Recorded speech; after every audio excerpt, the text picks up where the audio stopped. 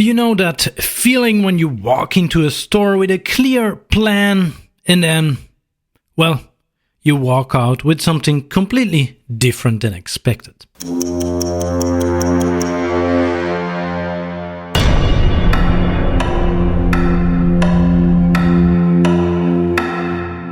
Well, that was me a few months ago when I went to check out my next sports watch.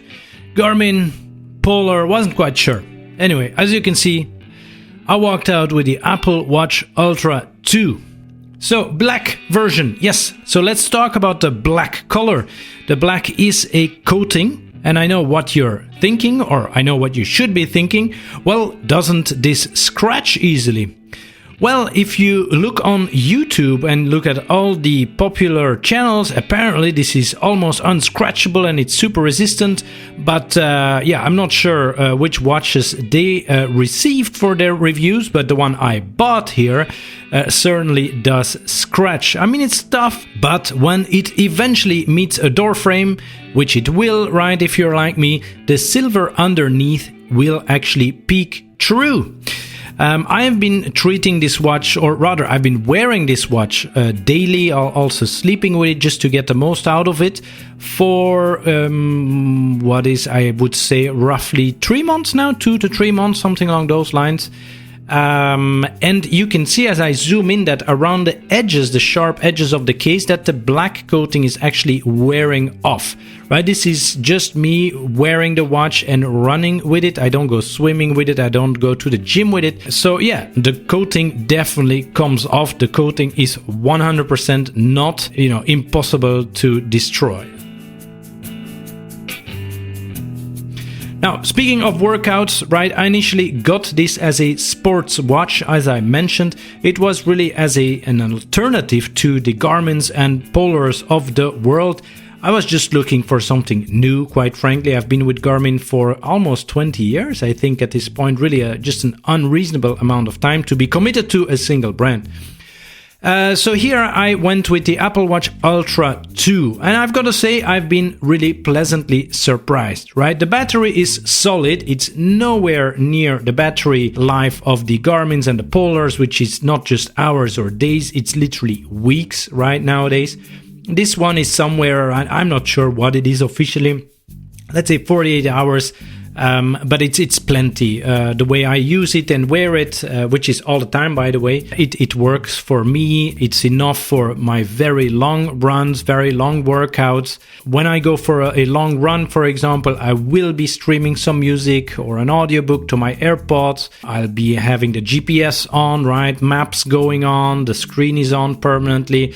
And by the time I get back a couple of hours later, I will still have plenty of battery juice left, right? So my secret trick, honestly, is simply to pop it on the charger while I'm in the shower after workout. So, very quickly it goes, boom, it's back to over 80% at least after the shower. No battery anxiety here at all. If ever, you're worried about your battery, it will actually alert you. I think when it arrives to 10%, it starts buzzing on your wrist like, hey, please charge me, which is actually quite convenient. I do not look at the battery percentage on this watch at all. In fact, I just follow the routine I just mentioned. So I work out roughly daily, and then it goes on a charger during the shower. And that's just about it. And yes, I do sleep with it as well, just to get the most out of the metrics that you can get from a device like this. Now, with that battery, here is the difference, of course, between the standard Apple Watches is the size, right? So, and I know people will be worried about the size. And yes, it is a very big watch, right? But guess what? Sport watches have always been big. They've never really been small, right? I looked at my past Garmins here, that the ones that I could find in a drawer. They're just as big. They're just as thick, First of all, you need that larger screen, right? So when you're in your activity during your workout and you're trying to figure out if you're dying or just slightly out of breath, you need to be able to see that, right? At a quick glance, while maybe your wrist is shaking up and down. So you need to be able to see that. Typing on the screen also, not necessary during the workout, of course, but for a watch like this, it's surprisingly doable given the screen size as well. The thickness, well, of course, it's noticeable, but you know, Apple and any other sports watch maker, for that matter, has this same issue, right? And if any of them can shave off a few millimeters in the future, I'm pretty sure everybody will be happy with that. But you have, you know, the battery, you know, you want to maximize battery size to get maximum battery life. You have all the sensors on the back of this watch as well. They take up some size and so on. So yeah, I don't think we are looking at a watch that is super thin in the near future when it comes to a proper sports watch, if you will.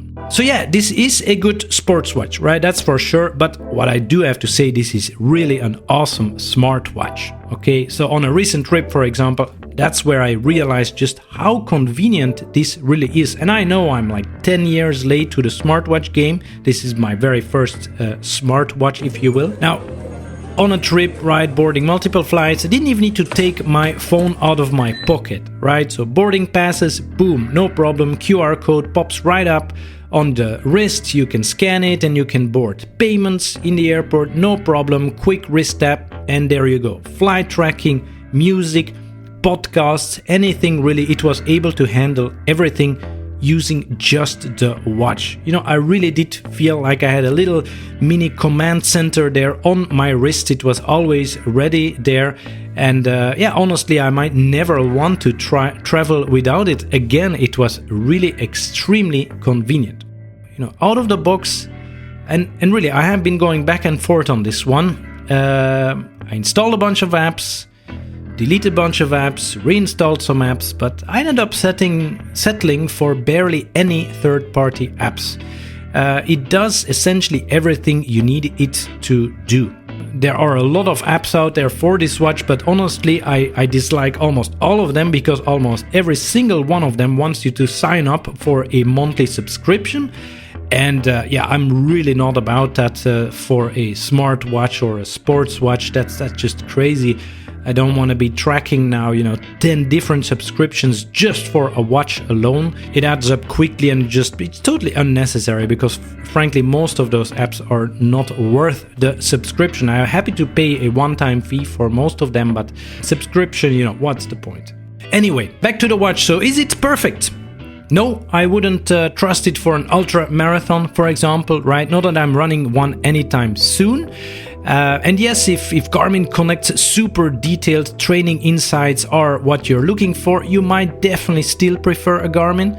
Definitely. But for someone like me who wants a solid sports watch that also, lets me do all the fun smartwatch stuff and track my sleep, this is pretty spot on. Should you get one? Well, if you're into sports and plan on using it regularly, I would say yes, absolutely. By that I mean you should get this one and not a standard Apple Watch. If you're looking for some activities, reduced battery anxiety, just get this one. If you're looking for a pure sports-only watch, well, the world is your oyster nowadays, right? And you should definitely also have a look at Polar, at Garmin, and so on. Weeks of battery life, insane functionality, it's just excellent.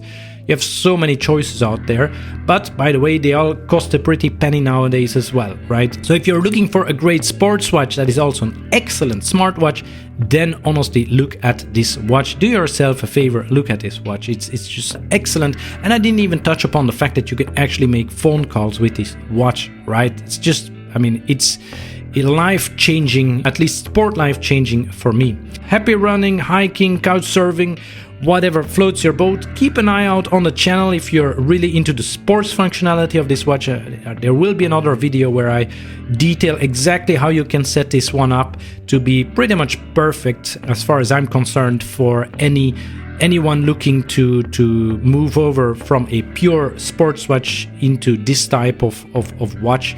And also especially people moving away from Garmin, for example. That would be the video for you. Anyway, thank you for watching.